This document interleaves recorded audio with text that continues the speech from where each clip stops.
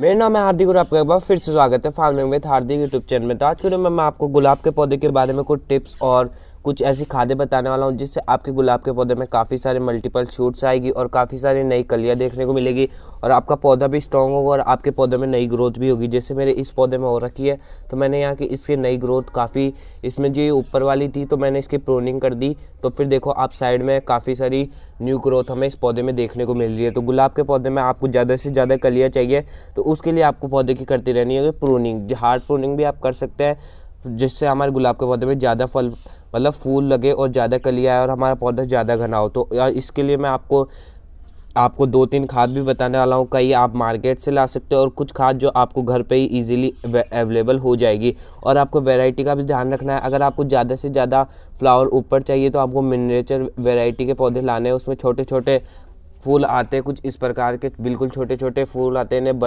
Button रोज़ भी कहा जाता है क्योंकि इन पे काफ़ी छोटे छोटे रोज़ के फ्लावर आते हैं। इसलिए आपको अगर ज़्यादा फ्लावर चाहिए तो आप ये वाली वैरायटी भी ला सकते हैं या फिर देसी आप हाइब्रिड वैरायटी भी रोज़ की ला सकते हैं। इन्हें ऐसा नहीं है, दोनों में से हमारे फूल आ जाते हैं। और आज की वीडियो में मैं आपको इसकी फुल टिप्स भी देने वाला हूँ। उसके लिए मेरे चैनल को सब्सक्राइब और इस वीडियो को लाइक जरूर से कर दें। तो चलिए इस वीडियो को शुरू करते हैं।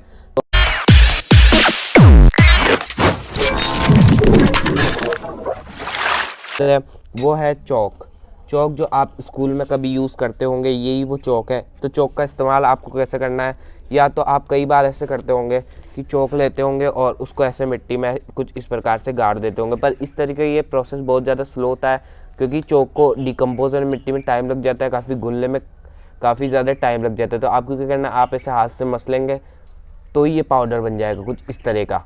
या फिर आप जो अपने गार्डनिंग टूल्स होते हैं उनसे भी कुछ इसे इस प्रकार, जैसे आप एक खुरपी होती है इस पर ऐसे चौक को घिस के फिर ऐसे भी कर सकते हैं। ये तरीका भी काफ़ी अच्छा है। या फिर आप इसे किसी तरीके से कूट ले, क्योंकि अगर आप चौक को कुछ इस तरीके से गाड़ के ऐसे करते हो तो इसे मिट्टी में घुलने में काफ़ी टाइम लग जाता है और हमारा जो ये प्रोसेस है वो काफ़ी ज़्यादा स्लो हो जाता है। स्लो होने के कारण हमारे पौधे की ग्रोथ भी धीरे धीरे अच्छी होती है, पर हमें चाहिए एकदम फास्ट ग्रोथ। तो जिस तरीके से मैं आपको बताऊं उस तरीके से आपको ये चीज़ करनी है।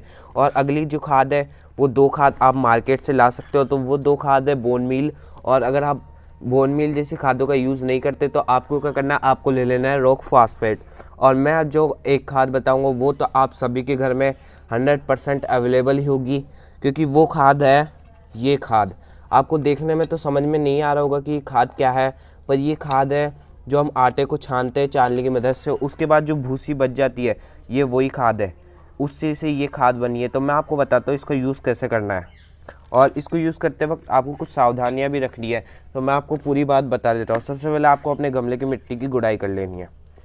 आपको अच्छे से मिट्टी की गुड़ाई कर लेनी है, जिससे जब भी हम कोई खाद डालते हैं तो खाद डालने से पहले हमें मिट्टी की गुड़ाई कर देनी चाहिए।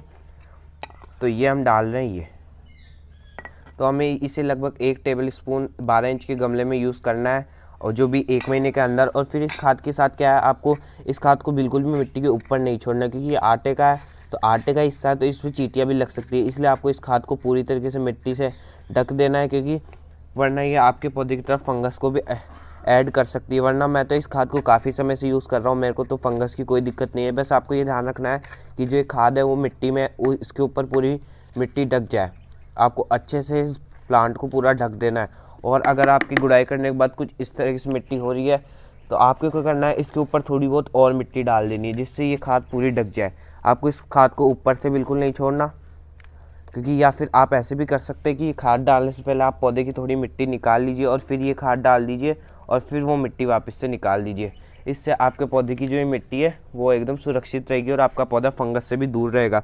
और गुलाब के पौधे को जो मल्टीपल शूट्स या फूल लाने के लिए सबसे ज़्यादा फास्फोरस की ज़रूरत होती है, तो केले एकदम फास्फोरस का बहुत बढ़िया सोर्स है। आपको क्या करना है, केले के छिलकों को सुखा लेना और उसका पाउडर बना लेना है, और 12 इंच के गमले में आपको लगभग 2 चम्मच उसका यूज़ करना है। 2 टेबल स्पून का यूज़ करना है 15 दिन में एक बार। आपको बहुत ही बढ़िया रिजल्ट मिलेगा, क्योंकि मल्टीपल शूट्स के लिए आपको फास्फोरस की सबसे ज़्यादा ज़रूरत होती है। तो मैंने आपको इतने सारे फर्टिलाइज़र बता दिए हैं। आई होप आपको आज का ये वीडियो पसंद आया हो।